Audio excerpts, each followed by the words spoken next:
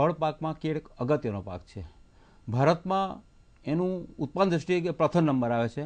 અંદાજિત 16.81 million ton એનું ઉત્પાદન આવે છે. વિસ્તારની દ્રષ્ટિએ વિશ્વમાં ત્રીજો નંબર આવે છે. ગુજરાતની વાત કરીએ તો એ ચોથા નંબર આવે છે. એમાં ગુજરાતમાં ખાસ કરીને ભરૂચ, નર્મદા, સુરત, વડોદરા, આણંદ જિલ્લામાં કેળનું વાવેતર મહત્તમ થાય છે.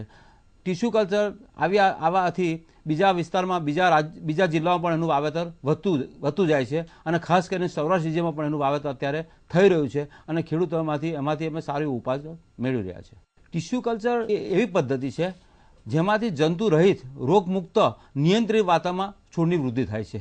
એમાંથી છોડના એક નાના કોષમાંથી એને રોગમુક્ત કર્યા પછી જરૂરી પૂરતા પોષક તત્વો આપી એની વૃદ્ધિ કરવામાં આવે છે, જેનાથી ખેડૂતોને રોગમુક્ત છોડ સાથે સાથે વાયરસ ફ્રી છોડ મળે છે અને સાથે સાથ એને છોડની એક સૂત્રતા જળવાય છે અને એક સાથે ઉત્પાદન આવે છે. એટલે 3 થી 4 કટિંગમાં એ આખું ખેતર પૂરું થઈ જાય. આમ જોઈએ તો ખેડૂતને 2 થી 3 મહિના એનો પાક વહેલો મળે છે અને બીજા પાકોમાં આપણને જે ગાંઠથી વાવેતર ખેડૂતો કરે છે એના કરતાં ખેડૂતોને 30 મહિનામાં 3 પાક લઈ શકાય, 3 પાક રટૂન લઈ શકાય છે. પહેલો પાક મુખ્ય, ત્યાર પછી 2 પાક, એટલે 3 પાક પણ ખેડૂતો લઈ શકીએ છે. આપણે સૌ જાણીએ જ છીએ કે બીજ એ અગત્યનું છે.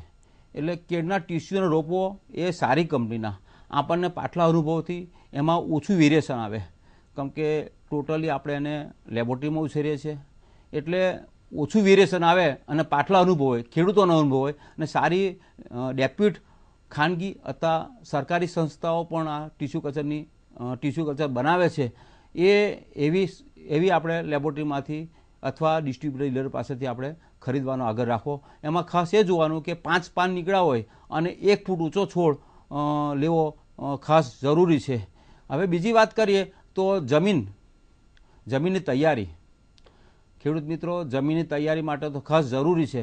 જમીન તૈયાર જો તમે સારી નહીં કરી હોય તો આપણને સફળતાના પર્સન્ટેજ ઓછા મળતા હોય છે.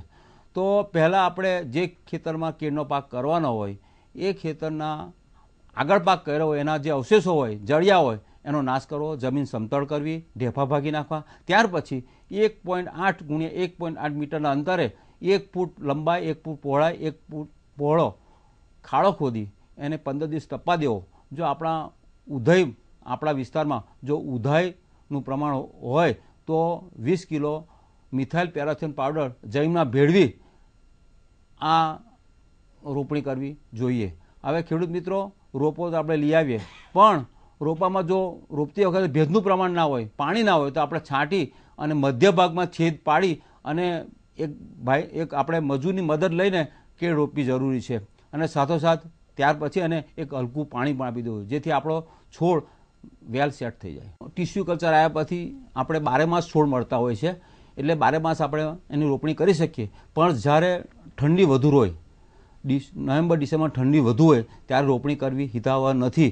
આમ એનો ઉત્તમ પીરિયડ જૂનથી ઓગસ્ટ પીરિયડનો એ વધારે અનુકૂળ છે. એનાથી ઉત્પાદન પણ સારું મળતા હોય છે, એટલે રોપણી બહુ અગત્યનો ભાગ એમાં ભજવે છે. અગાઉના વર્ષમાં ખેડૂતો ગાંઠથી વાવેતર કરતા હતા, પણ એમાંથી જે ફાયદો થાય છે એના કરતાં અત્યારે ખેડૂત મિત્રોને આ ટીસ્યુ કલ્ચર કેળથી વધુ ફાયદો થયો છે. એમાંથી મુખ્ય ફાયદો એ થાય છે કે વાયરસ ફ્રી છોડ મળે, સાથે સાથે યુનિફોર્મિટી, એક સૂત્રતા, એક સાથે 3 થી 4 કટિંગમાં આપણું ખેતર પૂરું થઈ જાય અને 30 મહિનામાં આપણે 3 પાક લઈ શકીએ. સાથે સાથ ગુણવત્તાસભર ઉત્પાદન અને વધુ ઉત્પાદન પણ મળે છે. કેળ એ લાંબા ગાળાનો પાક છે, એટલે રાસાયણિક ખાતર તો બહુ અગત્યનો ભાગ ભજવે છે. છોડને 16 પ્રકારના તત્વો જોઈએ છે. એમાં જે કાર્બન, હાઇડ્રોજન, ઓક્સિજન આપણે હવામાંથી મેળવે છે, જ્યારે જે નાઇટ્રોજન, ફોસ્ફરસ, પોટાશ આપણે એને રાસાયણિક ખાતર રૂપમાં અથવા આપણે સેન્દ્રિય ખાતર આપીએ છીએ એના રૂપમાં આપવું જોઈએ. હવે ટીસ્યુ કલ્ચર આવ્યા પછી ગ્રાન્ડ 9 વેરાયટી જાતનું વાવેતર આપણે દિવસે વધતું જાય છે. એટલે એમાં 300 ગ્રામ નાઇટ્રોજન, ફોસ્ફરસ 90 ગ્રામ અને 200 ગ્રામ પોટાશ તત્વ રૂપમાં છોડ દીઠ ગ્રામમાં આપણે આપવું જોઈએ.